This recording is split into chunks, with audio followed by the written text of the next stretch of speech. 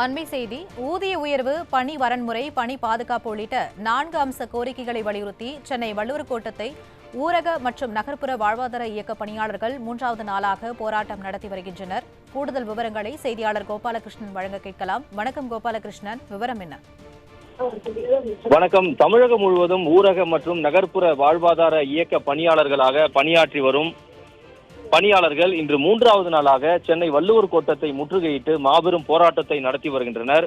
தமிழ்நாடு மாநில ஊரக மற்றும் நகர்ப்புற வாழ்வாதார இயக்க அனைத்து பணியாளர்கள் நல சங்கத்தின் சார்பாக நடைபெற்று வரும் இந்த முற்றுகை போராட்டம் என்பது தமிழக அரசின் மகளிர் மேம்பாடு திட்டத்தின் கீழ் கிராமப்புறங்களில் சுய உதவி குழுக்களை அமைப்பது, கிராமப்புறங்களில் உள்ள சுய உதவி குழுக்களுக்கு தேவையான கடன் உதவிகளை பெற்றுத் தருவது, மாற்றுத்திறனாளிகள் முதியோர்களுக்கு தனியார் சுய உதவி குழுக்களை அமைத்து கொடுப்பது உள்ளிட்ட பல்வேறு பணிகளில் இவர்கள் அதாவது ஊரக மற்றும் நகர்ப்புற வாழ்வாதார இயக்க பணியாளர்கள் செயலாற்றி வருகின்றனர்.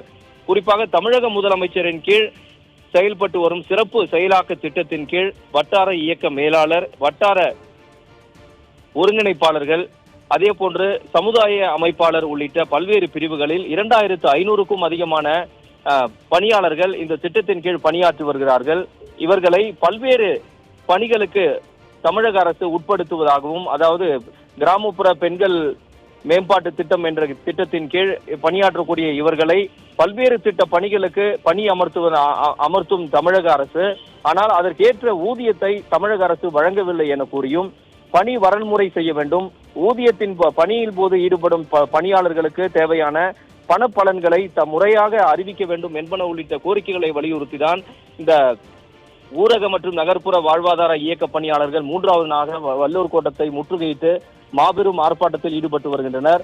தமிழகம் முழுவதிலும் இருந்து சுமார் 2500க்கும் அதிகமான தமிழ்நாடு மாநில ஊரக மற்றும் நகர்ப்புற வாழ்வாதார இயக்க அனைத்து பணியாளர் நல சங்கத்தினர் இந்த போராட்டத்தில் கலந்து கொண்டு திமுக அரசு தங்களது வாழ்வாதாரத்தை மேம்படுத்தும் விதமாகவும் தாங்கள் செய்யும் பணிக்கு ஏற்ப ஊதியத்தை வழங்க வேண்டும் என்பன உள்ளிட்ட 4 அம்ச கோரிக்கைகளை வலியுறுத்தி இந்த போராட்டத்தில் மகளிர் அமைப்பினர் ஈடுபட்டு வருகின்றனர்.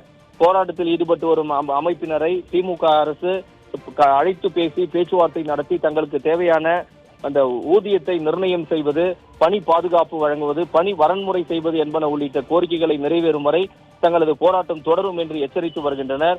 கடந்த 2 நாட்களாக வள்ளுவர் கோட்டத்தை முற்றுகையிட்டு போராட்டம் நடத்திய மகளிர் ஏராளமானோர் கைது செய்யப்பட்டு மாலை நேரத்தில் விடுவிக்கப்பட்ட நிலையில் தற்போதும் கூட போராட்டம் நடத்தி வரும் இவர்களை கைது செய்வதற்கான ஆயுத ஏற்பாடுகளை தமிழக காவல்துறையினர் செய்து வருகின்றனர். போராட்டம் தொடரும் என்று அவர்கள் எச்சரித்தாலும் கூட தங்களது கோரிக்கை நிறைவேறும் வரை பல்வேறு வகையில் தமிழகம் முழுவதும் இந்த போராட்டங்கள் நடைபெற்றுக் கொண்டுதான் இருக்கும் என்றும் அவர்கள் எச்சரித்து உள்ளனர்.